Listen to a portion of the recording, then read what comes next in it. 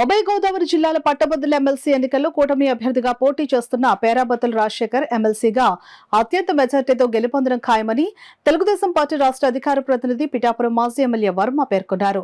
గొల్లప్రోలు మండలం దుర్గాడలో ఉభయ గోదావరి జిల్లాల పట్టభద్రుల ఎమ్మెల్సీగా పోటీ చేస్తున్న పేరాబత్తుల రాజశేఖర్ కు మద్దతుగా మాజీ ఎమ్మెల్యే వర్మ పార్టీ నాయకులతో కలిసి ఎన్నికల ప్రచారాన్ని నిర్వహించారు. ఈ సందర్భంగా మాజీ ఎమ్మెల్యే గోవింద్ తదితరులు పాల్గొన్నారు.